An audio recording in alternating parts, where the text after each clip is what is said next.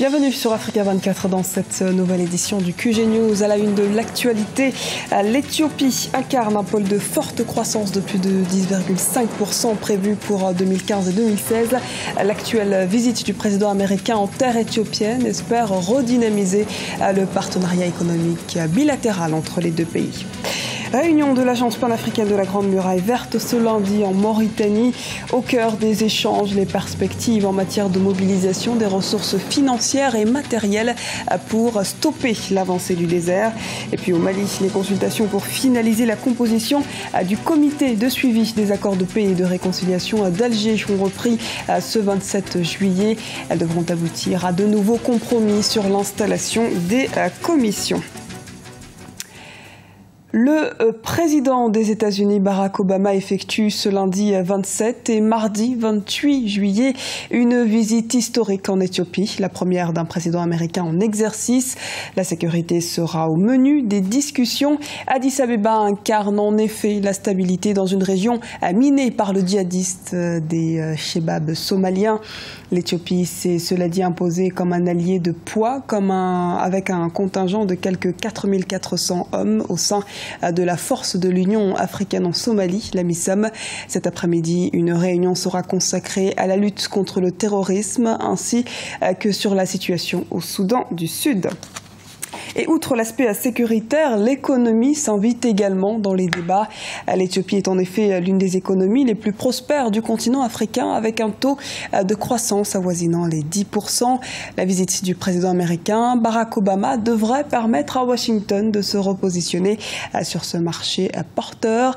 Les précisions d'Emmanuel Milimono. L'Éthiopie souhaite voir les investissements américains s'accroître dans le pays. C'est d'ailleurs l'un des points clés autour desquels s'articuleront les échanges entre le président Barack Obama et son homologue Mulatu Teshome. L'Éthiopie veut renforcer ses relations de commerce avec les États-Unis. L'investissement étranger pourrait en effet permettre de soutenir l'économie en pleine croissance. Nous nous attendons en particulier sur le domaine du commerce et de l'investissement, d'avoir plus d'investissements et plus de flux commerciaux. Bien sûr, il y a d'autres domaines dans lesquels nous avons une forte relation bilatérale, mais nous voyons plus le commerce et l'investissement. Nous croyons que notre commerce n'est pas vraiment ce que l'on voudrait qu'il soit, compte tenu de la relation historique et forte que nous avons. Nous nous attendons donc à un flux d'investissement solide et un commerce plus prospère. En plus d'être un allié stratégique dans la lutte contre le terrorisme dans la Corne de l'Afrique, l'Éthiopie est également un partenaire important des États-Unis sur le plan commercial. Le pays connaît ces dernières années une croissance forte de 10% selon la Banque mondiale. La visite du président va vraiment stimuler la confiance du secteur privé des États-Unis et le pousser à venir investir en Éthiopie. Cela pourrait aussi stimuler les relations commerciales que nous avons. Nous souhaiterions donc que le commerce et l'investissement, qui sont des domaines clés de notre développement, soient améliorés dans l'avenir. Fort d'une croissance économique soutenue et d'une population de plus de 90 millions d'habitants, l'Éthiopie demeure un marché attrayant. Les enjeux sécuritaires dans la sous-région de la Corne de l'Afrique seront également au menu des discussions entre les deux États. Mardi 28 juillet 2015, Barack Obama s'adressera à l'ensemble du continent depuis le siège de l'Union africaine à Addis Abeba. Des renforts pour lutter contre Boko Haram au nord du Cameroun. Le gouvernement a décidé de renforcer les mesures de sécurité dans la région de l'extrême nord en proie à une série d'attentats suicides. Plus de 2000 soldats supplémentaires seront prochainement déployés dans cette partie du pays.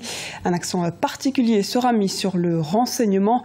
La population est d'ailleurs appelée à coopérer auprès des forces de sécurité en faisant notamment preuve de vigilance face à la multiplication des attaques. On se demande alors quelles sont finalement les ambitions de ce groupe terroriste. Élément de réponse avec Guibaï Gatama, directeur de publication de l'Œil du Sahel.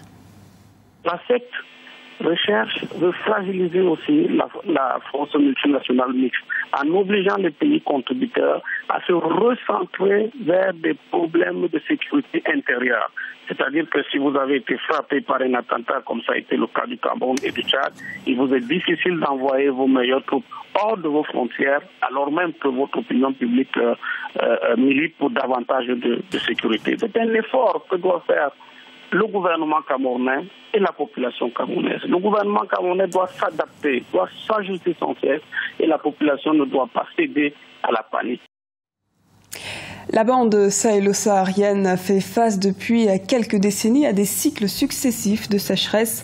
L'Agence panafricaine de la Grande Muraille Verte ambitionne de mettre en place des moyens à même de lutter contre ces fléaux, notamment grâce à la construction d'une barrière de végétation.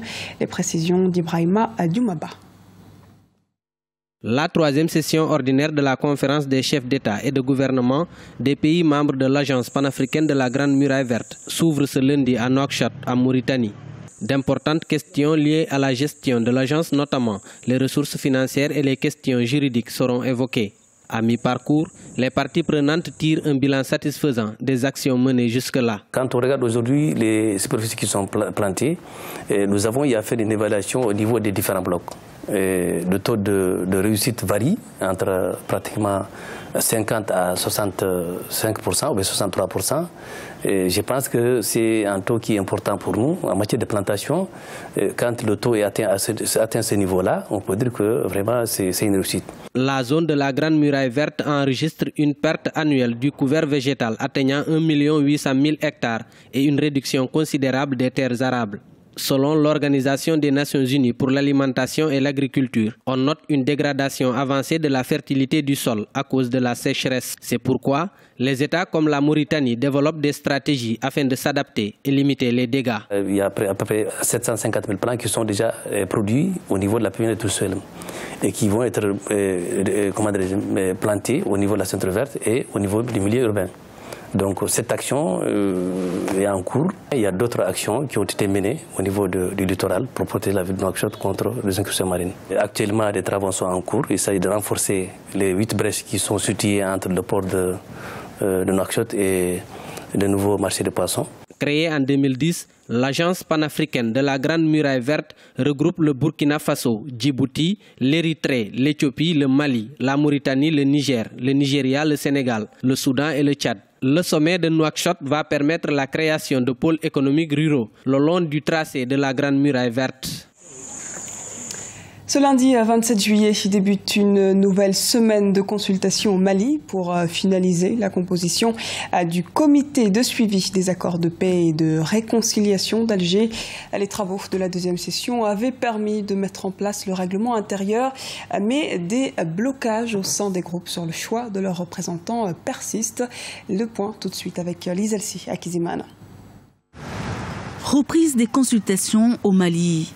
Depuis ce lundi 27 juillet, les différents groupes armés, représentants du gouvernement malien et autres acteurs politiques se réunissent pour finaliser la composition du comité de suivi des accords de paix et de réconciliation d'Alger. En première ligne, il y a la formation et l'installation des commissions des différents groupes, mais l'intégration dans le comité de suivi des groupes qui ont pris part aux négociations au sein de la coordination des mouvements de la Zawad, mais qui en ont été écartés après avoir décidé seuls de signer les accords d'Alger le 15 mai, en dehors de la CMA, constitue toujours un blocage. Des négociations en coulisses, des tractations ont continué justement pour amener les récalcitrants justement à revenir sous des bons sentiments. La reprise aujourd'hui justement de ces négociations pour intégrer et inclure tout le monde vont dans ces sens-là. Maintenant, est-ce que ça va faire cesser les résistances et ceux qui se sont considérés de la Zawad, qui se sont considérés un peu en marge de ces accords? Je n'en suis pas si sûr. Parce qu'il manque un élément, la question de la confiance. Confiance déjà dans ces accords, confiance entre ces partenaires maliens pour se dire effectivement qu'est-ce qui est le plus important, l'intérêt de l'unité du Mali ou l'intérêt des partis, c'est-à-dire de ceux du Nord qui voudraient avoir plus d'autonomie. Ça mettra du temps pour se mettre en place. Le peuple malien a le regard tourné vers ces consultations. Les sages comme l'ancien président de l'Assemblée nationale, Ali Noum Diallo, appellent tous les acteurs à prendre au sérieux l'avenir du pays afin de redonner espoir au peuple malien. La paix ne peut être obtenue que si vraiment tous ceux qui sont partie prenante à l'obtention de la paix veulent vraiment la paix, veulent vraiment l'intégrité territoire national malien veulent vraiment qu'il y ait un développement équilibré de ce pays. On a la paix que lorsqu'il y a vraiment des gens décidés à faire la paix. Et s'il y a des difficultés, c'est que probablement les intérêts des uns et des autres n'arrivent pas à être conciliés. Les accords de paix et de réconciliation devraient aboutir à la reconstruction du pays, mais aussi à la formation d'une nouvelle armée nationale composée par des soldats gouvernementaux et anciens groupes armés. Ce journal a été réalisé par l'ensemble de la rédaction. Nous vous remercions pour votre fidélité. À retrouver dans un instant une nouvelle édition du QG News sur Africa 24.